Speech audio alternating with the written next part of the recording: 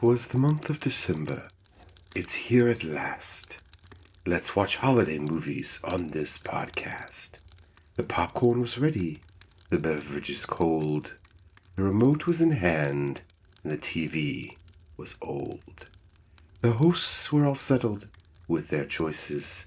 I know you can't wait to hear their voices. Patrick's got White Claw, Dustin's got beer. The time to watch obscure movies is here.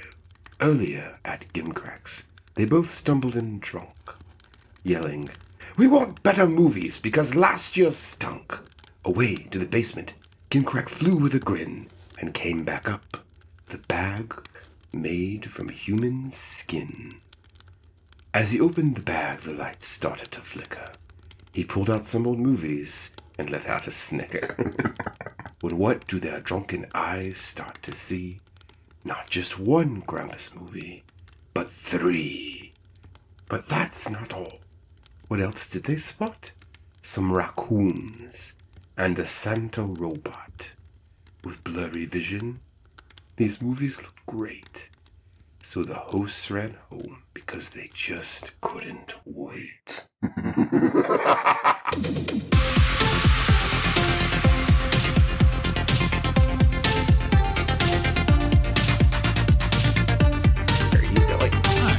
A weirdly acoustically generous room.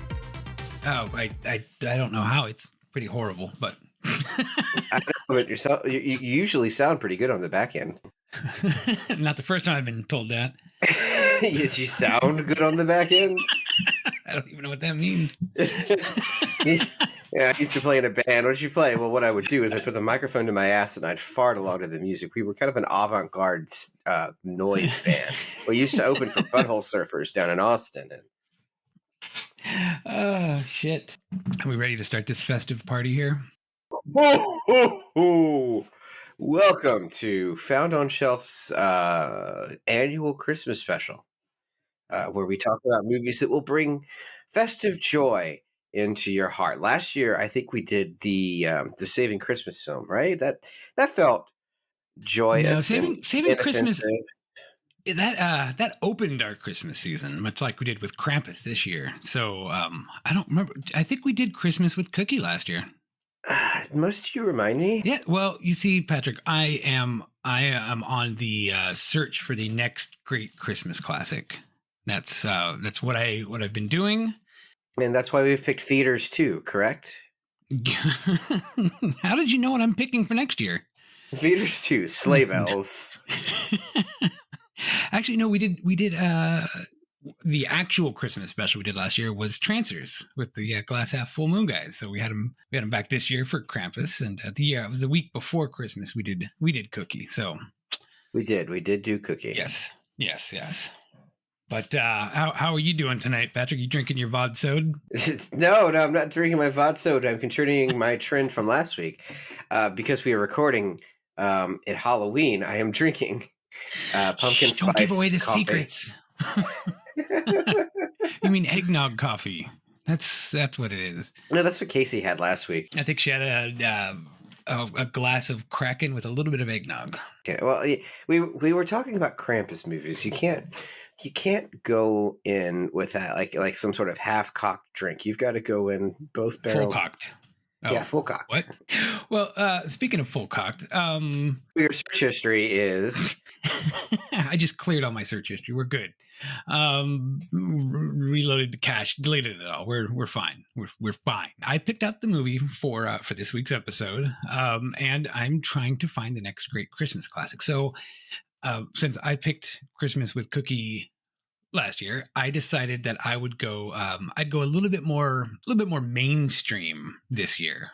So I went and I chose a movie, and when this movie was released into movie theaters, it was the #1 comedy in America. And do you want to tell the listening public when it was released into theaters? Okay. It was released in July of 2020, and for some reason, people weren't really going to a lot of movie theaters during that time. Yeah, July is hot. And no other reason. Yeah, and I mean, people weren't really releasing a lot of movies then either. Most of the movies that were coming out were like, a re-release of Back to the Future, a re-release of Jurassic Park. So this movie came out and it ranked number 15 overall its opening weekend of all movies. Can you imagine? And since it was the only comedy being released, it was number one. We have to really analyze a film that was 15th in the box office. Yes. During 2020. Yes. It was ranked number 9 in the per theater average gross, Patrick. We're talking a top 10 movie here as far as per theater average gross. Gross. Yeah. Well, okay. It was only in 4 theaters. And it pulled in $3,472. But that was enough to make it the number one comedy when it was released. No, the number one comedy is that happened. Ranking it at a great $868 per theater. It was ranked number 9. I will grant it this. I could compare this film to Dante's The Divine Comedy in that I felt like I was going to hell watching it. Well, folks, in the middle of my life, I found myself in a dark forest, and the path was hidden from me. And I know I butchered that, but it's as close as I can come. Yeah, well, tonight we are going to be talking about the 2020 smash hit, Killer Raccoons 2: Dark Christmas in the Dark. That's the official title. Now, Patrick, how would you pitch this movie? Give me a second. You said you needed a second, so I was giving you some time. Give our listeners time to go get some hot chocolate. So it's Christmas, sorry. It's Christmas. Mm-hmm. You're in your manor alone in the cold, eating leftover beans or something because you don't want to spend money, your precious, precious resources on something good to eat. You're feeling a little strange after kicking those charity workers out of your mortgage office earlier and telling them that the poor should suffer and die. But you still have your money. So it's good, but you're bored. There's nothing on TV. You're not paying for Netflix because why would anyone do that? And that's just normal people, especially you. Especially you're not paying for Netflix, so you're thinking maybe I'll turn on Tubi. Yep. I'm assuming this is on Tubi. Oh yeah, of course. And suddenly, the ghost of your business partner appears before you, and says you'll be haunted by hellish apparitions to show you all that you've done wrong in your life. You're describing Christmas Carol, I believe. Well, what I'm saying, the ghastly visage of the ghost of Christmas Future, compared to that, I'd rather watch this movie. Okay, fair enough. Let's try it a different way. Have you, at Christmas, lost all faith in humanity and need your faith in the festive season restored? Oh, sure. I hate to break it to you, but this movie's not going to do that. This ain't the one. Sorry. So I guess the search continues for the next great Christmas classic. Is that what you're telling me? I'm saying if I was drunk and this is the only thing on television, I would turn off the television. Okay, now this is the ultimate test here to see. This is how you find out if somebody would actually enjoy this movie or not. Have you seen Under Siege Part 2, Dark Territory? No. Okay. Is that a thing? Yes. Okay. That is... Is that a Steven Seagal movie? Oh, yes. Oh. Okay. This movie decided to make itself a spoof and a parody of Under Siege 2, Dark Territory. Is that... It almost makes me respect this movie. Almost. And then they got a little bit of... Is that the one with the train clip that I used for the Cats trailer? That's the one. That's hilarious. This it's very, very close to the exact plot and the exact pacing of Under Siege 2 Dark Territory. They also took a little bit of inspiration from this is I mean, it's Killer Raccoons 2, so this is a sequel to one of their other movies, which we'll talk about in a bit as well. So they decided they really wanted to write a movie that was a parody of Under Siege 2 because they saw that in college and they thought it was absolutely shitty and thought it would be funny to do a spoof of a shitty movie.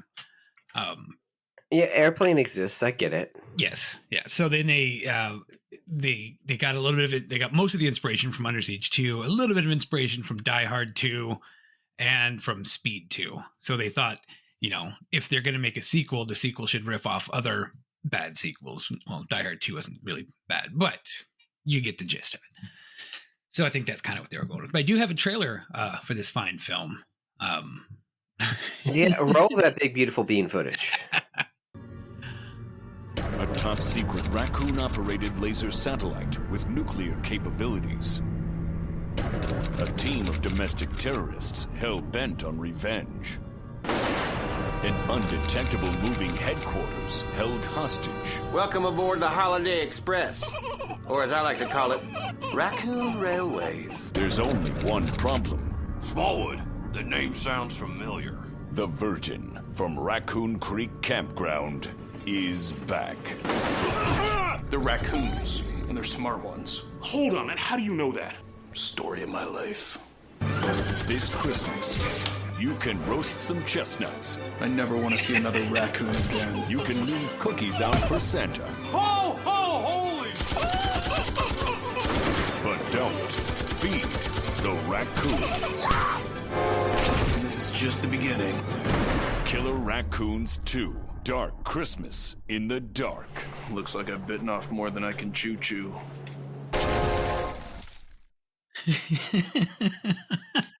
So I'll be honest with you. When I saw the trailer and when I watched the movie both, I was assuming that Killer Raccoons is a movie that existed.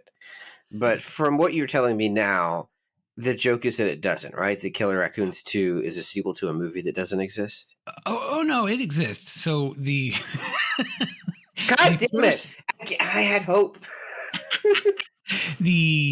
and a majority of the cast returned because why wouldn't they? So, this is such a I don't even know where to start with this movie, but the first movie was called Coons, Night of the Bandits of the Night.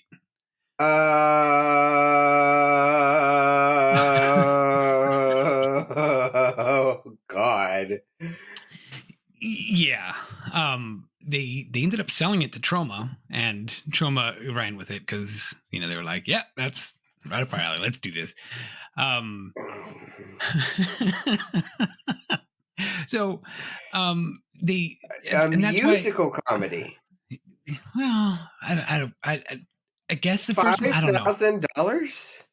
Yeah. Jesus. Yeah, it's filmed for $5,000. It's Jesus. In the beginning of this movie, we're watching Killer Raccoons 2. They start off with they start off with the spaceship floating around. Do you want to describe? do you want to describe what the spaceship looks like? Has anyone ever seen Austin Powers, The Spy Who Shagged Me? It's a dick.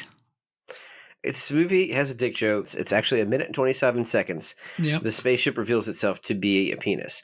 Now, there are 2 shots of the spaceship at 2 different distances, and they keep playing them over and over for an additional 2 minutes of credit time. The reason I say Austin Powers, The Spy Who Shagged Me is that movie opens with the spaceship re-entering Earth that looks like a dick and balls, just like this one. And it's just, and it's a huge joke montage of that happening. That's how that movie begins, if you remember, right? I think maybe the Fembot death scene happens before that, or maybe not. I don't remember. It's been a minute, but within a very short period of time, this is the same. This is the same exact joke. Yeah, yeah. And and the ship's name is the Pen 15. Isn't that the name of that Hulu show? I don't know.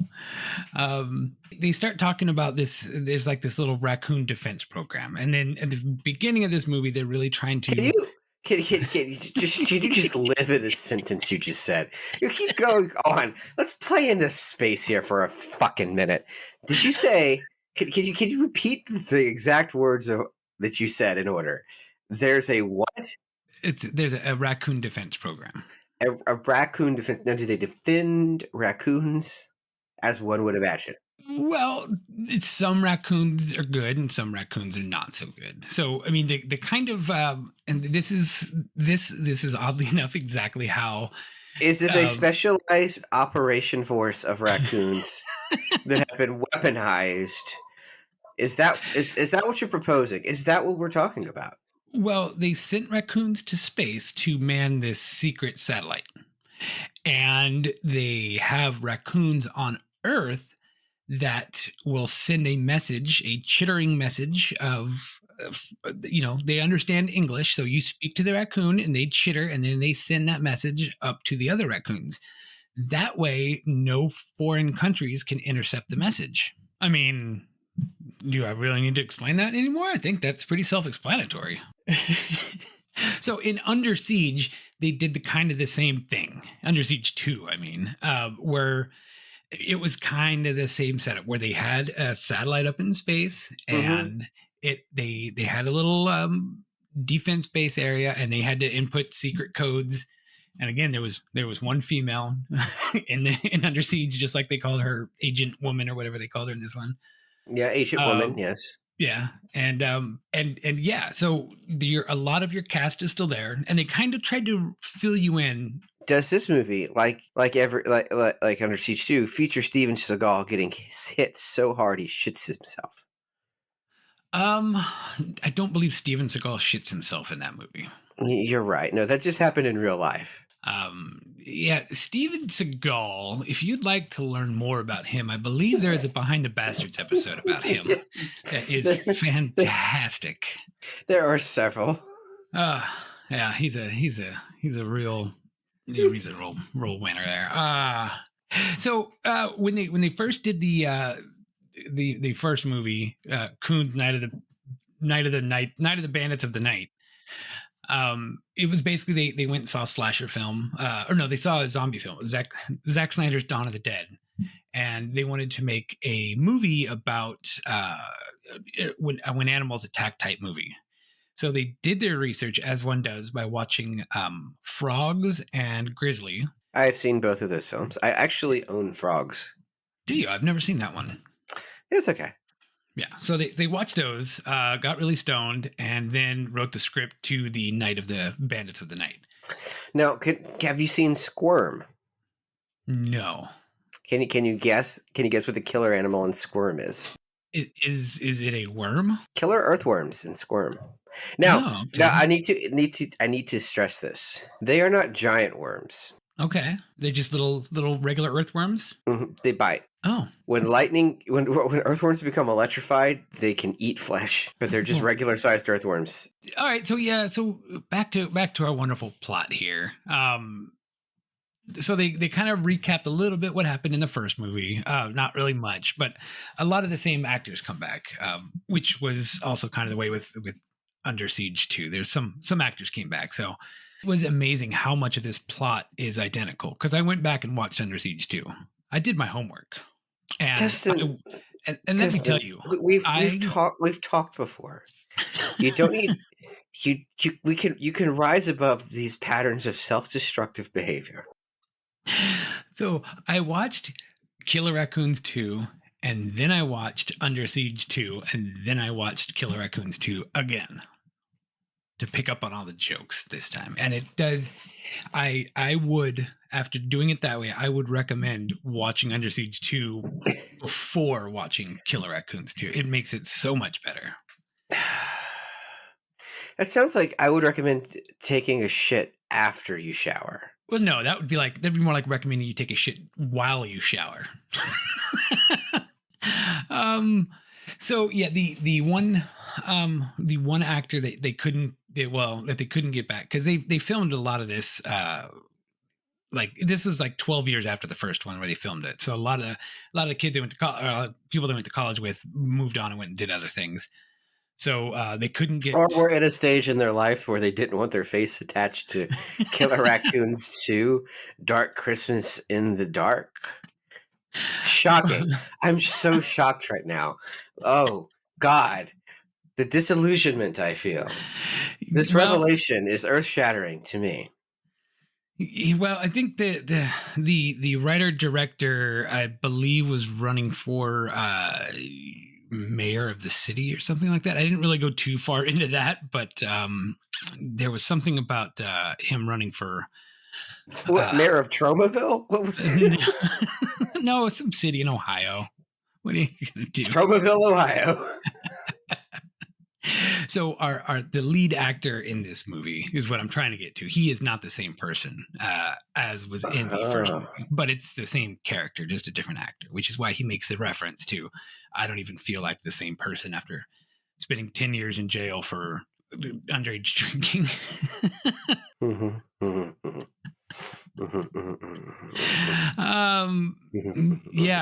Yeah. So that's that. So that's that. So it's going to be the quote on the back of the box where people go to rent Killer Raccoons 2, Dark Christmas in the Dark. Found on Chef Podcast. So that's it. So with lots of ellipses in between every word. So in Under Siege, raving review from the Found on Shelf Podcast. So, all right. So, Under Siege, are you good? I don't know. I'll get through this one somehow. Steven Seagal, his brother, was killed in the first movie, and now he is reunited with his niece on the train to go pay his father's respects or something like that, and they're estranged, so he hasn't talked to her in a long time, and they're kind of, it's very much, that's how they kind of tried to tie it in with this one, where it's our main guy Casey, which was Steven Seagal's name in the movie, and it's his his dead ex-girlfriend's sister. There we go. Meanwhile, there's a bunch of terrorists that are, trying to take locations and steal things. This is the plot, minus the raccoons.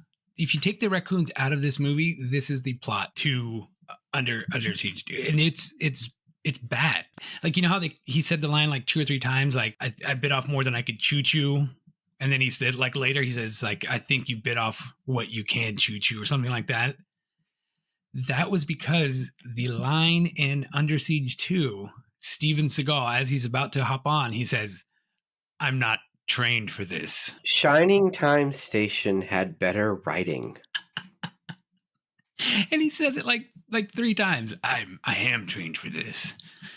Oh, it was bad. And then the credits are drops of Jupiter. And yeah, so you got a bunch of little lines like that seem like they're out of nowhere, but they're actually were part of this movie. They all just bust on the train and start shooting everybody, and then you got Santa that comes on, and I like the Merry Christmas! Ho ho! Holy shit!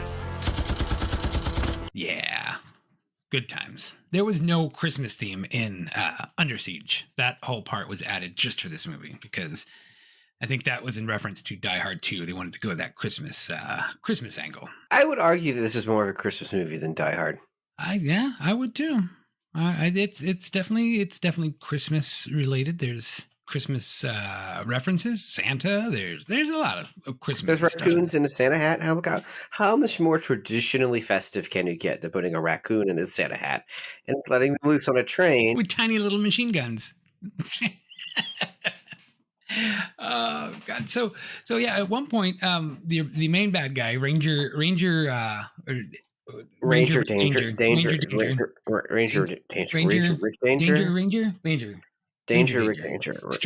Rick Danger, something. Yeah, that guy. Away in a manger. Yeah, that guy is basically pretending to be the character that was in Under Siege. Is like the main. There was like the brains, and then there was the brawn, and he's supposed to be the brains, and the other guy was the guy that goes off and is the badass. He busts out a gold VHS tape where all the commands are hidden, and he makes a reference that there's raccoon porn on there, or there could be, which, like I said, minus the raccoon part, in Under Siege 2, he has a DVD that has, and this was, I think, 95 when Under Siege 2 came out. So we're lucky it's not Laserdisc. God, yeah. But, they were still magical. They couldn't figure out how to work a DVD. And it was like, hey, I've got this DVD. He's like, imagine this whole thing could be loaded with porn, could be loaded with nuclear launch codes. We don't know. And he's like, this is what we use to hijack it. And their whole thing was, if they're on the train and the train's moving, nobody's going to pinpoint exactly where the signal's coming from. So that's why they wanted to do it on a train. Yeah, that tracks. Killer Raccoons 2 makes more sense than Under Siege 2. There's not enough liquor in this coffee for this episode. No, well, I told you I'd make it somewhat interesting here. No, it's because there's not a lot to talk about in the actual movie. No, except for, again, some of the jokes skew a little conservative, which is kind of funny. Yeah, because he's kind of not.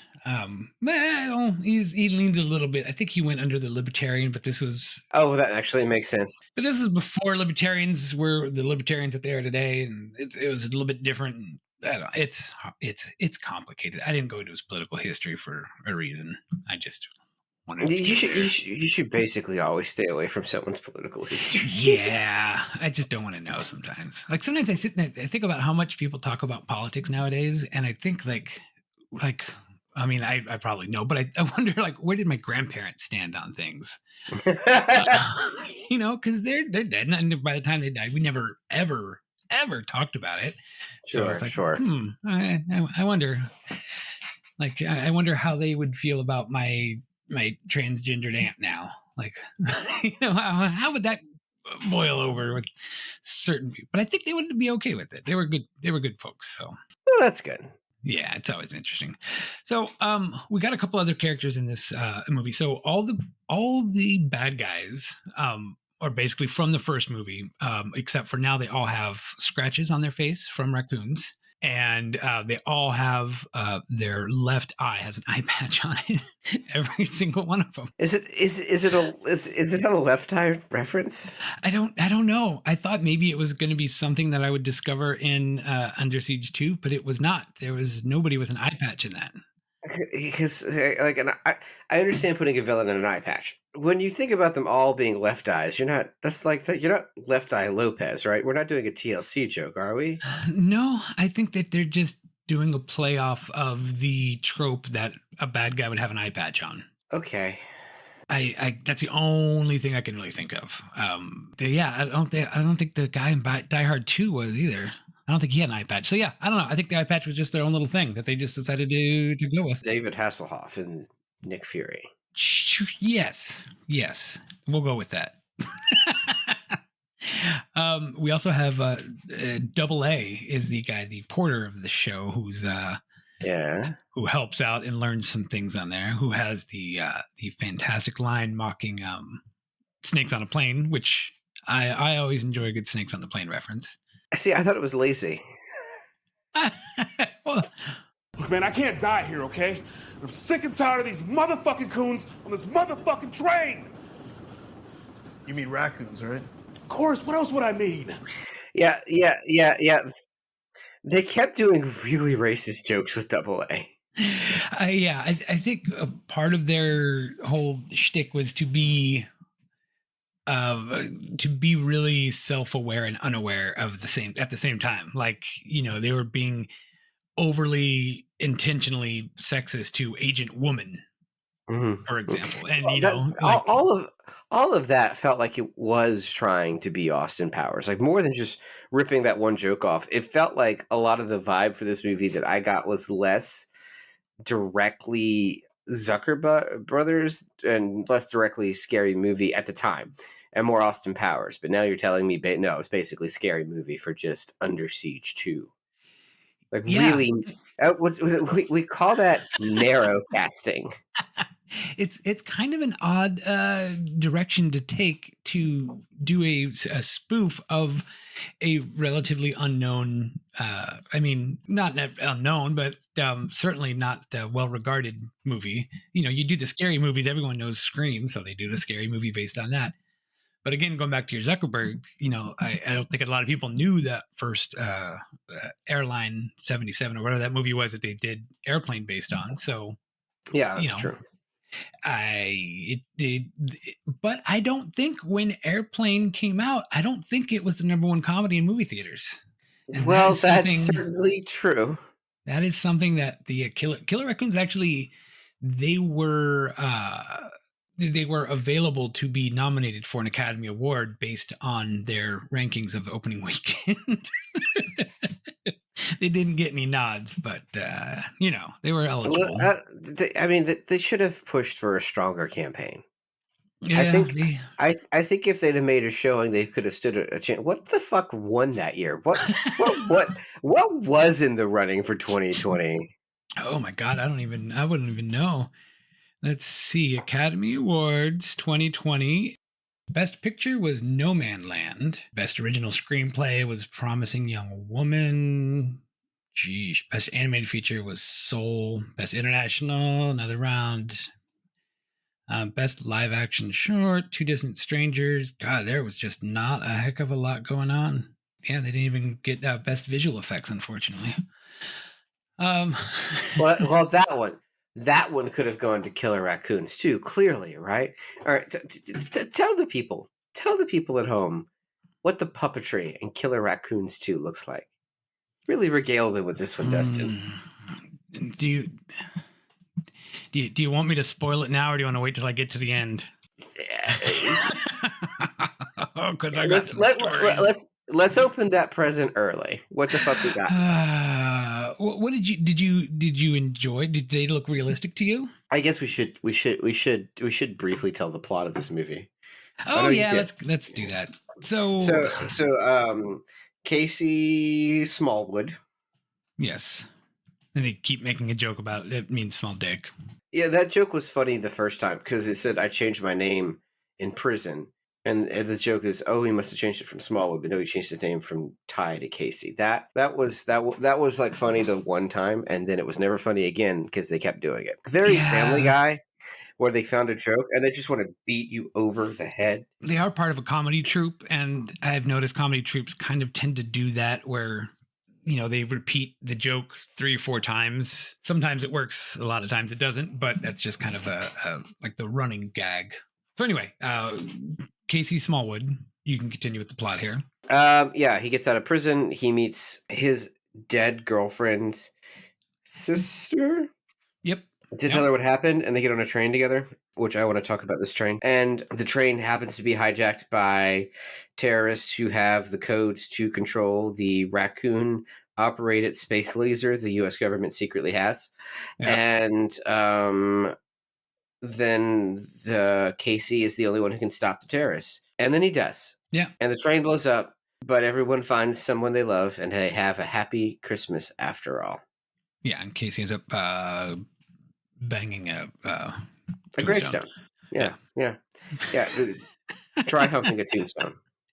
Yeah, and the whole thing about the satellite, that was like I said, the plot to Under Siege 2. It was an earthquake-making device that they have in a satellite, and they were like, let's shoot that. It's also the plot to Real Genius. Was it?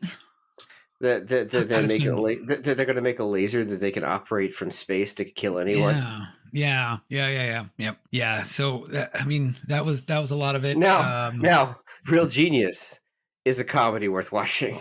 Oh, it's fantastic. Yeah. It's if you haven't seen it, you should, because it's a moral imperative. Yeah.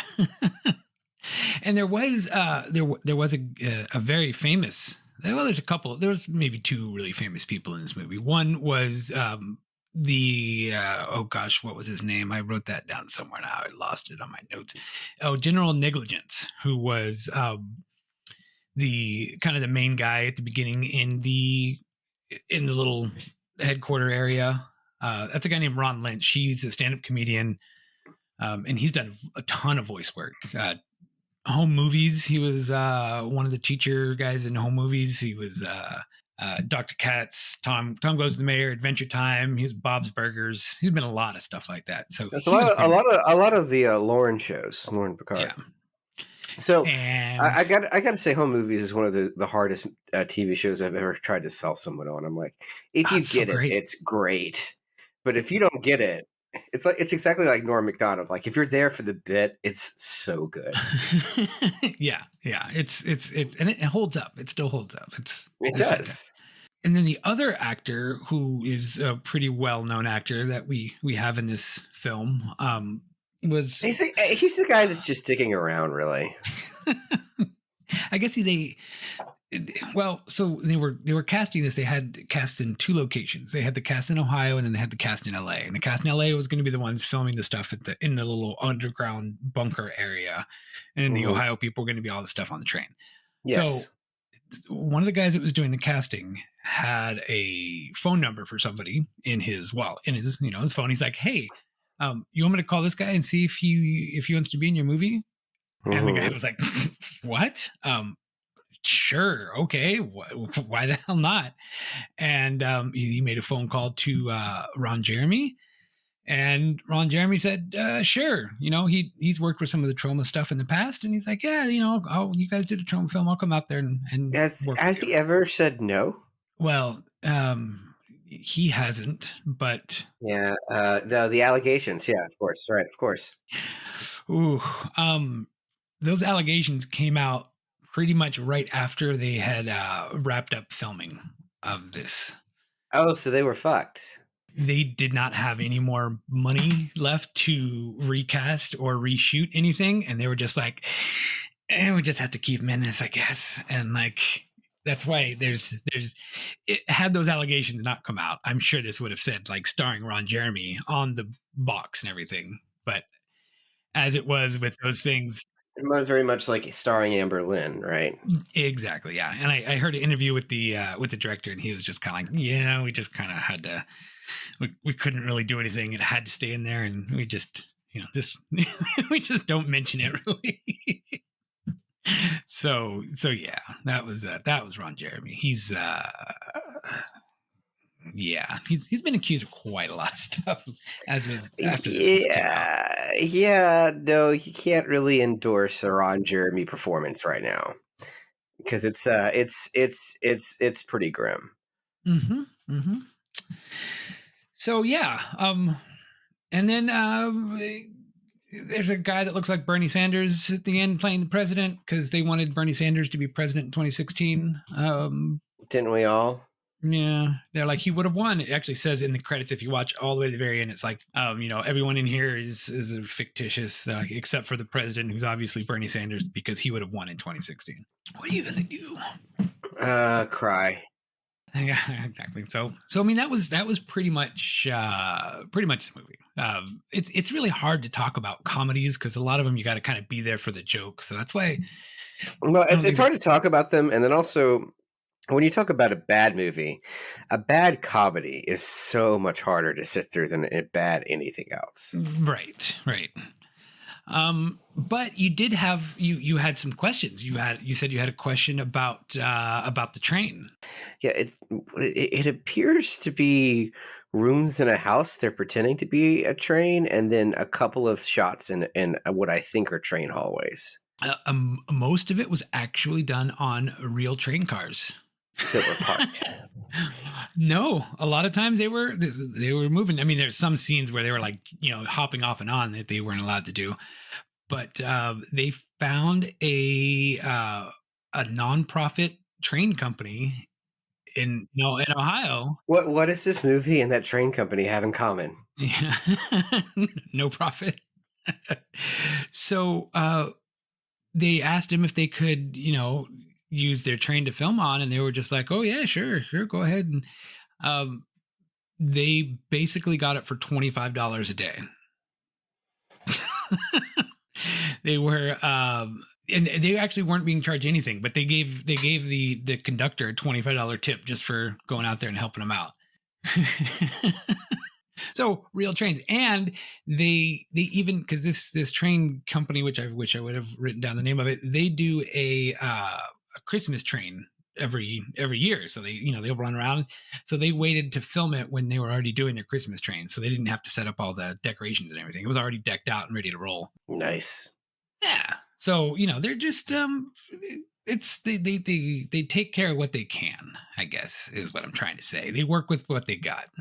And if you don't got much, you work with it. Yeah. Do we want to talk about the Henson Creature Shop level puppetry? Oh, okay. So what did you think about the raccoons there? The actual the killer raccoons themselves. Well, my wife walked in while they were on screen, looked at it, and says, "Well, that's just sad," and then walked away. What did you think about that? Why did she think it was sad?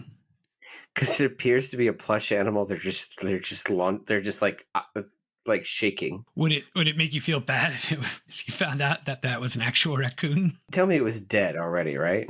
It was dead. Okay. They just use taxidermy raccoons. Well, no. So here's the thing. Wait, pause. No, stop. No, I want you to really think about what you just said, because you have to live with whatever you say next. So they used raccoons that were dead, but when I said taxidermied, you said no. Did they just scoop off roadkill off the side of the road, stick a stick up its ass, and shake it on the camera? What was going on here? What kind of ungodly... This is like Hills Have Eyes level gorilla shooting. What the fuck, Dustin? What have you brought us to this Christmas? Okay, so... Last Christmas, I gave you my death food. The very next day, you gave it away. So we're gonna take a little trip back in time here to the first movie. They had a $5,000 budget. This new movie, they had a $50,000 budget, so they had zero on at the end of it. Good time. There were $50,000 involved in the production of this film. Yeah, I'm sure a good chunk of it went to Ron Jeremy, but they had thought originally they were going to do like puppets but then they thought, like, with the budget they have and the puppets they want, they were going to be pretty shitty looking. So they were like, no, let's go approach a taxidermist and get some dead raccoons, just like you were thinking, right? Mm-hmm. So they went, they called up a couple of them and found out and they were just way too expensive. They were going to be like $600 each, and they needed to have like 7 or 8 of them, which that does track, yeah. Yeah, so that would have been their whole budget would be spent on performing taxidermy on dead raccoons. So when they talk to the taxidermists, they're like, that's going to be a little bit too expensive. Sorry, but we thank you. And they were like, well, raccoons are considered pests in a lot of places, and if you call up some pest control companies, so what they usually do is they will take the raccoons and they will just freeze them. And he said that the dead frozen raccoons, and this is a quote, dead frozen raccoons are notorious in the biology community for playing pranks because you can thaw them out, move them, and then refreeze them, and they'll stay in that position for up to 24 hours. So I think we have to have another discussion on ethical filmmaking. They were already dead. They were not harmed. Like I said, certain places he called up a pest control company and said, "Hey, do you guys have any dead frozen raccoons?" Weekend at Bernie's is not a goddamn instruction manual. It was a documentary. They're filming killer raccoons or running Congress and the Senate. You can't keep doing this. So for the first, so they called up and the guy was like, "Oh yeah, you want some frozen dead raccoons? Sure, I'll give them to you, no problem." So they used several frozen dead raccoons. And in the first movie, they had 6 smaller ones and 1 large one. But the large one was like a 35 to 40 pound raccoon that was just it was just too hard for them to kind of maneuver about. So they decided that we're going to stick with the smaller ones for this one. So he calls him up like 12 years later and said, "Hey, Christopher Jones raccoon." He said, "I don't know if you remember me, but I talked to you about 12 years ago about getting raccoons for a movie." And the guy's like, "Oh yeah, how'd that work out for you?" And he's like, "Oh, it worked out great. You know, we want to get some more." "Oh, okay, I'll get you some more. How many you need?" And he said that they were a little bit trickier to use when they first did it, because they would start to melt a little bit, and when they got soft, it was like kind of a messed up puppet. So they'd have to wait till they were frozen. So anyway, the Star Wars holiday special. When I found out that little tidbit of info, I was just kind of flabbergasted, because I was very much like you. I was like, okay, they look really stupid because they're not moving. They're just kind of, they're like, they look like a stuffed animal. I mean, they look like a frozen dead raccoon, and they just have little clothes on them and a little tiny gun in their hands, and they just kind of shake them around like they're shooting, and and want to hold them and punch it like he's punching them. And I thought it was just like a goofy little puppet, as just like you did, but no, those were frozen dead raccoons. Shit stinks. Yes. Pour yourself another bod sode. So I mean, that was about it. Not a lot of them have gone on to do a heck of a lot of stuff. It's shocking. Double A's gone on to be in a couple of different movies. They're kind of working on some things. They are working on a part 3. They're gonna finish out the trilogy. Can you guess what part 3 is going to be called? They have a title for it. The Raccooning? No. It's going to be called Trash Pandas 3, Moon Base on the Moon. And it's going to be in space, as all good movies should go to space eventually. Can we get off this ride, Dustin? No. Have we gone too far? No. What are we doing with our lives? Raccoons Moon Base on the Moon. Fucking hell. Jesus. I could see. You know what? I don't regret what I'm about to do to you, because we're gonna watch the third FP movie, and you haven't seen any of those. Oh God. No. No, but I was thinking, for next Christmas we might watch Nativity 3, Dude, Where's My Donkey? The repeated instances of stunned silence that I have given during this podcast surely will make great audio. Do not edit those out. Oh yeah. I'm so rarely speechless. I could try to work on getting in contact with the director, so we could, maybe we can get him on board for when Trash Pandas 3 Moonbase on the Moon comes out. I mean, if it drops, I am certain they will want to do press. Yeah. And I'm certain that I will whore us out to give them press, because that's what I like to do. You got any more questions about the raccoons? I mean, did we do this justice? Did we do this movie justice? We got 56 minutes of content out of this movie that we shouldn't have got 10 out of. I think we gave it a fair shake. Yeah. Listen, guys, this is not the worst movie we've ever reviewed, and it's certainly not the most challenging from a moral point of view, but it's just kind of boring and not good. I found it so much more entertaining after watching Under Siege 2, because once you see how horrible of a movie Under Siege 2 is, you'll realize why they made some of the terrible jokes and terrible references in this movie.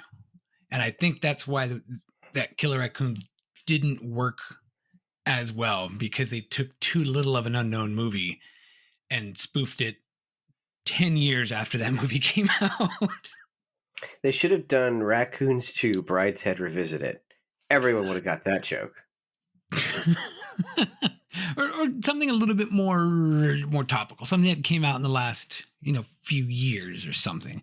Actually, no, this is 2020 that came out, so that was 15 years. So that was maybe spoof something in the last decade or something that was really, really well known, and then do it that way. But like I said, I liked it for what it was. I don't think I have yet found the official Found on Shelf Christmas classic. The journey continues. The journey continues. Okay. But this is one I will probably revisit.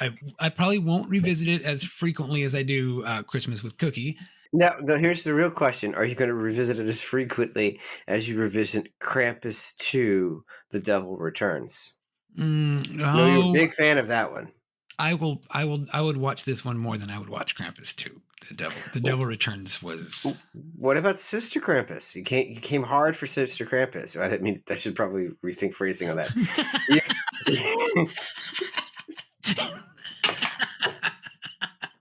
You really went to bat.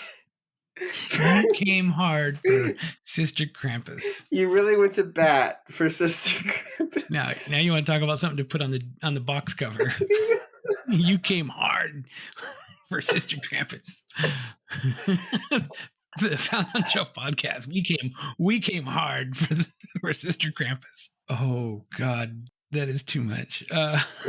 Considering the content of that film, it might be a little too much. I did go a little bit more lighthearted with this choice, so that was you did, yes. That was nice.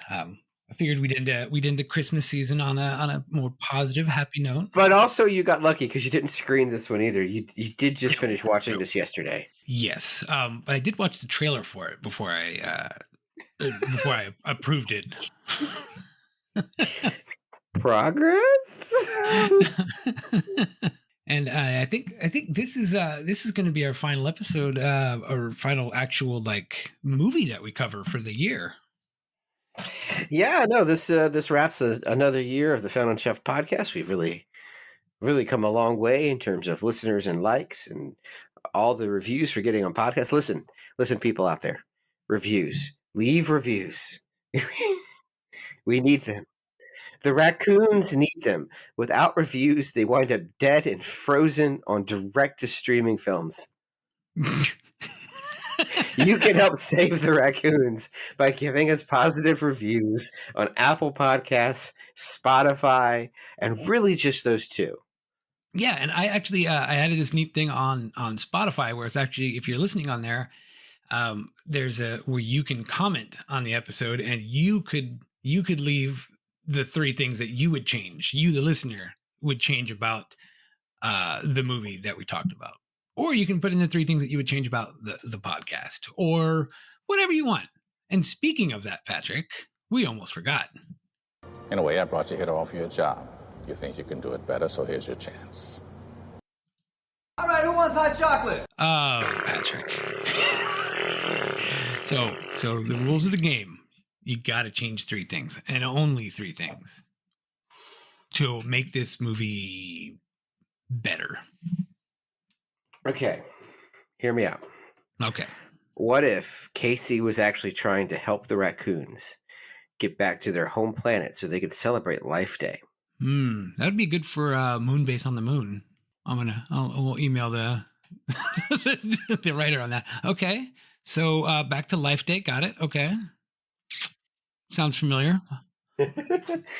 I'm sure it's not derivative of anything. Now, what if we could also intersperse this plot with musical segments that bear little to no continuity toward the property we're claiming to represent?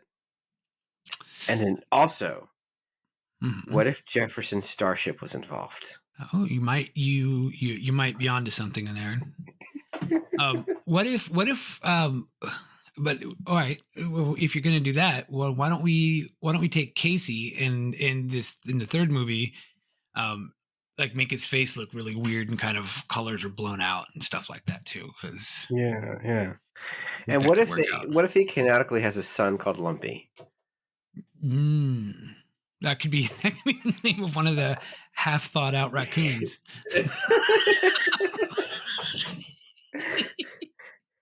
And what if the other raccoons watches porn in the living room on Christmas Day? They did have Skippy and Pippy as the raccoons, so it's not far to say that there couldn't be one named Lumpy. Skippy, Pippy, and Lumpy. Scratchy. Yes. All right. Yeah. So all of these great, wonderful, not at all too deep cut references to the Star Wars Holiday Special, which people totally actually is that watch what you were talking in about? full. Yeah. You have watched the whole thing at this point, right? Yes. Begrudgingly, yes. I've seen it twice. Yeah, I'll probably do it again this year. What can I say? But if you want to watch this movie, it is available. Killer Raccoons 2: Dark Christmas in the Dark. You could stream it for free on Tubi, where you find all of the cinematic classics. Or you could pay $4 to watch it on like YouTube and Vudu and Amazon. But just go watch it free on Tubi because Tubi's awesome like that. And if you want to watch Under Siege 2, I don't think it's streaming anywhere, unfortunately. So you probably just got to pony up for that one. Don't give Steven Seagal your money. No. I'll just bootleg it. Found on Shelf does not support the piracy of films. This is an official statement for Found on Shelf. We in no way support film piracy. Unless it's Steven Seagal. Yeah, but you could find the movie.